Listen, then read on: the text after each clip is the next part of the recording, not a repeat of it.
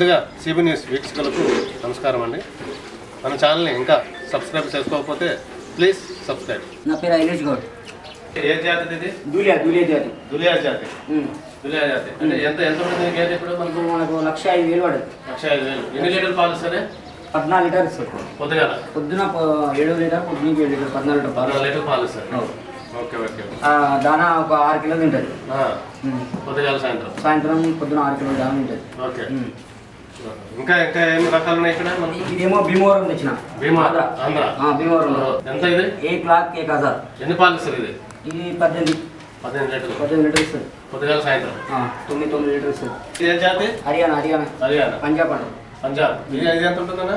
ఇది మనకు 1,10,000 పడుతుంది. 1,10,000. ఎన్ని లీటర్లు ఇస్తుంది పాలు? ఇది సేమ్ 14 లీటర్, 15 లీటర్లు ఇస్తుంది. 15 లీటర్లు. దాని ఒక 8 కిలోలు ఇస్తుంది. కళ్ళు ఇస్తుంది. ఇది అయితే 8 కిలోలు ఇస్తుంది.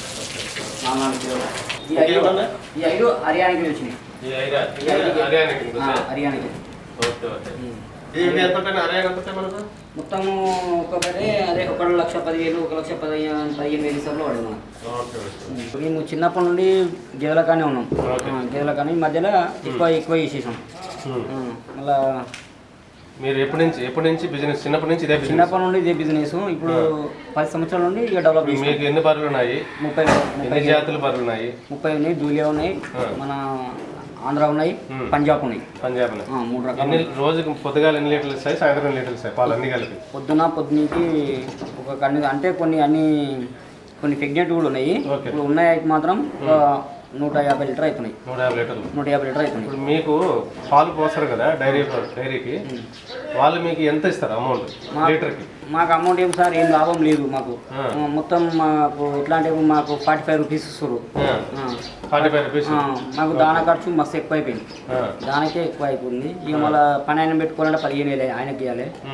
అట్లా మీరు ఇప్పుడు మళ్ళీ మీరు వాళ్ళని అడిగారా డైరీ వాళ్ళు? ఎందుకు సార్ మాకు మేమేమో ఇంత పోస్తున్నాం, మీరు ఎందుకు మాకు రేటు పెంచారని అడిగితే మాకు గవర్నమెంట్ కూడా పెంచలేరు. మాకు మేము ఇచ్చిన కాడికి మేము ₹1 కమిషన్ తీసుకొని ఇచ్చేస్తున్నాం కదా అన్న మేము కూడా అని అలాంటివి. మళ్ళీ బయట రేట్లు బాగున్నాయి కదా సిటీలో? అట్లా సిటీలో 90 రూపాయలు నడుస్తున్నాయి పాలు. గవర్నమెంట్ పాలు కూడా మనకు 50 రూపీస్ ఉన్నాయి కదా.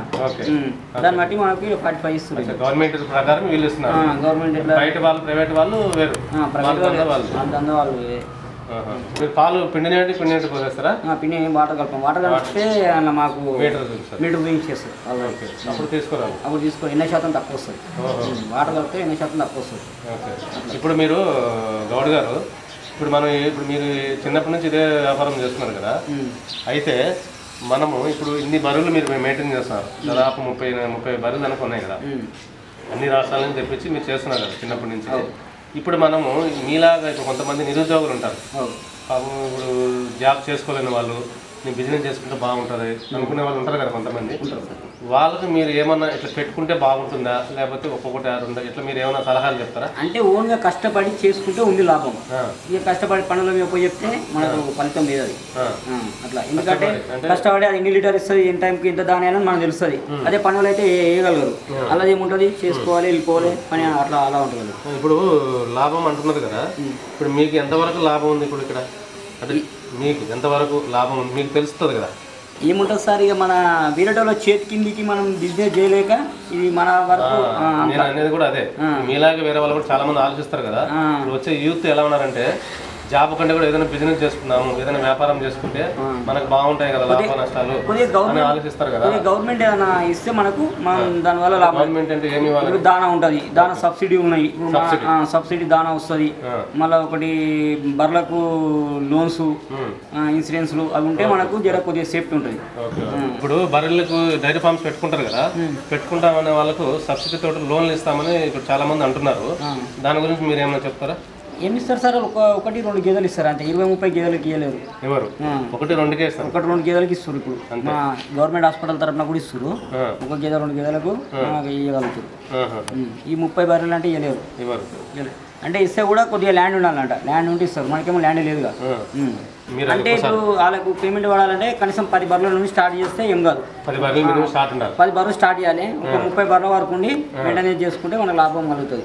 ఇక ఎక్కువ 100-50 అంటే కూడా ఇక మన మెయింటెనెన్స్ తక్కువ అయిపోతుంది, బర్రెలు మెయింటైన్ చేయలేము అట్లా. ఇదే మనకు గౌడ్ గారు చెప్పే విషయాలు ఏంటంటే 10 బర్రెలు మినిమం స్టార్ట్ చేసుకుంటే లాభం ఉంటుంది అంటున్నాడు. 10 నుంచి 20-30 కూడా మనము మెయింటైన్ చేసుకుంటూ మనం సొంతంగా మనం చేసుకుంటే పని వాళ్ళ మీద వదిలేయకుండా మనం సొంతంగా ఉండి చేసుకుంటూ చేస్తే లాభం ఉంటుంది అంటున్నారు. కాబట్టి మీరు కూడా కొంచెం ఆలోచించి డైరీ ఫామ్ పెట్టదలుచుకునే వాళ్ళు ఆలోచించుకొని ఇటువంటి వాళ్ళ దగ్గర సలహాలు తీసుకొని పెడితే మంచి లాభం ఉంటుంది. మనం ఒకరి కింద పని చేయకుండా కూడా మనం ఓన్గా చేసుకోవచ్చు అనేసి గౌడ్ గారు చెప్తున్నారు. ముందుగా నా ఛానల్ని సబ్స్క్రైబ్ చేసుకున్న వాళ్ళందరికీ thank you very much. Subscribe చేసుకున్నట్లయితే ప్లీజ్ సబ్స్క్రైబ్.